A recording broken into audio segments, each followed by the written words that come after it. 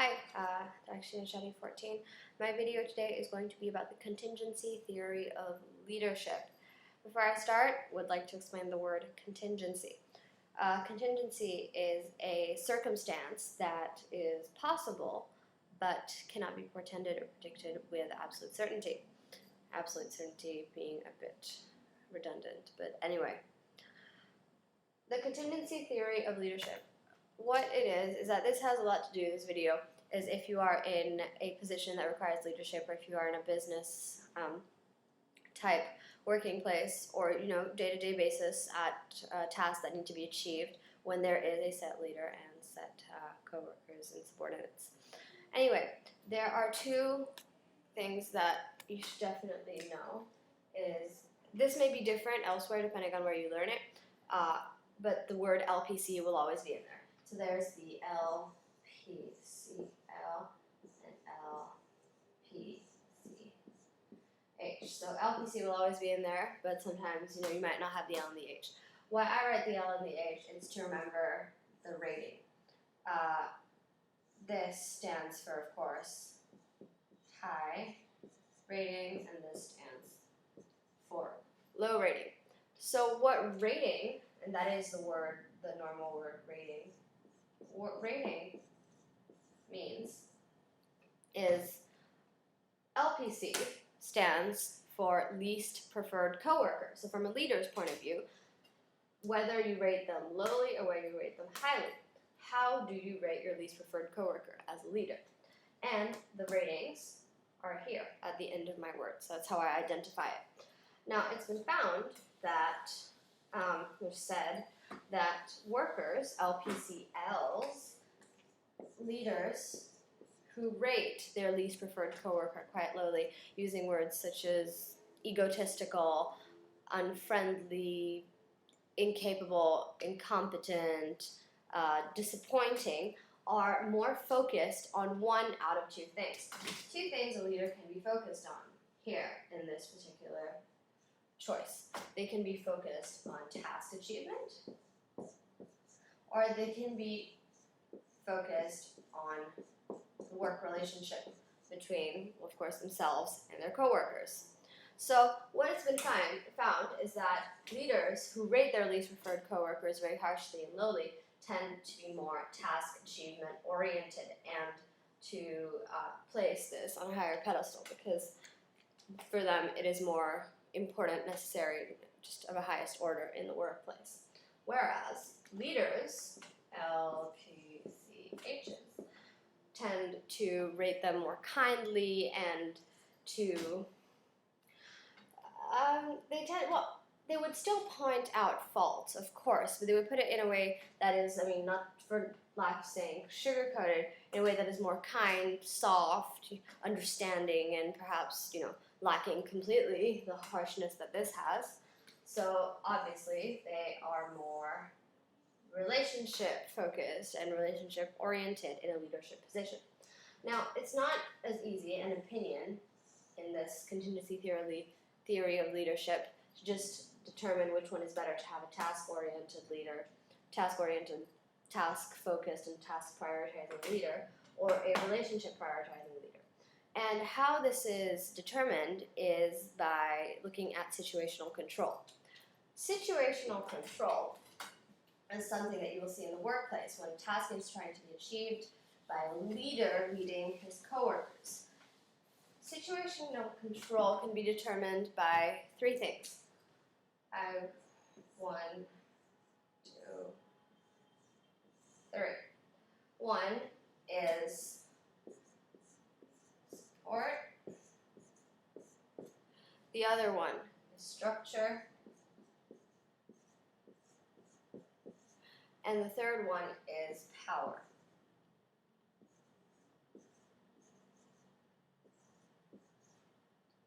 So SSP. That's how I always remember mine. Now, of course, these are more complicated. So support, what support means is exactly how much support the leader gets from his followers or from the people working for him, whether or not the relations are kept well, and whether he or she has the full support, full and unconditional support of his workers, or whether or not that is not maintained properly and there is almost close to none any support within the leader and people working for him and the task at hand. There's also structure. How much do the workers know about what they're doing? How much do they know about the task that is going to be achieved? How much do they care and understand why and what part they play in the task, why they need to be that part, and what exactly is happening, and what has to be done to make that be achieved. And 3 is power. What position does the leader have in the workplace? Does he have enough control to choose how things proceed in the environment, or does he not have any control or any power on any of the employees whatsoever regarding compliance, regarding cooperation, regarding development, regarding, proceedings of events in general?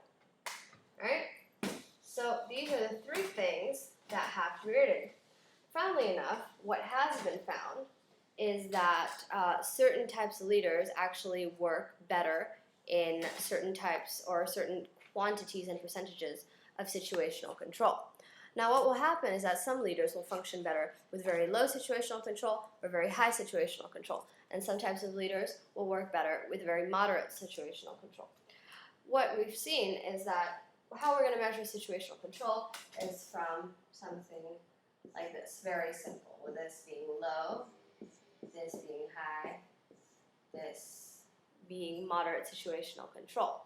So what low situational control would mean is that very, very poor relations, so no support, then structure, very little structure in the task at hand, and then power, almost or none, going on to compliance, cooperation, understanding, and development, proceeding events whatsoever. High being very, very good support and relationships with the leader and his people, full support, very good workplace, good relationships, very close. A lot of structure, everybody knows what they're doing, why they're doing, how they're going to do it, why the task needs to be there, etc., etc. And the leader is in a position of power. That does not mean a dictatorial type of power. It just means that the leader does have the capable influence to actually regard and alter for the better what's going on with the coworkers, such as cooperation and development and events at hand and how they proceed. And of course, 0 being just the middle of that. So maybe I should just take away 0 and draw my M. So what the graph actually looks like is that the LPCLs and the LPCHs do not actually intertwine that much, as in they function better in specific types of environments. The low least preferred coworker raters will work, the more task-oriented and task achievement-oriented people will actually work better in high or low situational control, so at the extremes, whilst those who rate them quite highly and are affected a lot by what coworkers think of them, so are very preoccupied by relationship and the upkeep of relationships in the work office, will work better at the moderate level of situational control.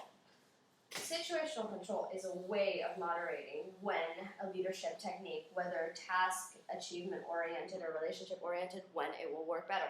So the graph actually looks like this. It will be separated into 3 parts. There's low, medium, high. This is all situational control. And there's the effectiveness of the leadership technique and the leader. So this being very high, this being very low. I will have a straight line for the LPCH, so the very high ratings, and then kind of dotted line for LPCLs, very low ratings. So what LPCLs look like is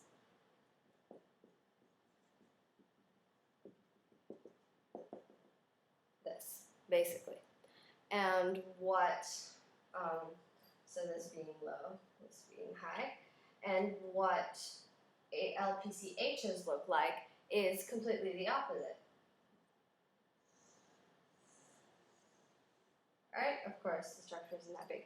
But as you can see, for the LPCHs, the highest most effective techniques happen when they are at a moderate situational control. And it was found that where they work highest in the LPCLs is with high or very low situational control. So that's about it. Thank you.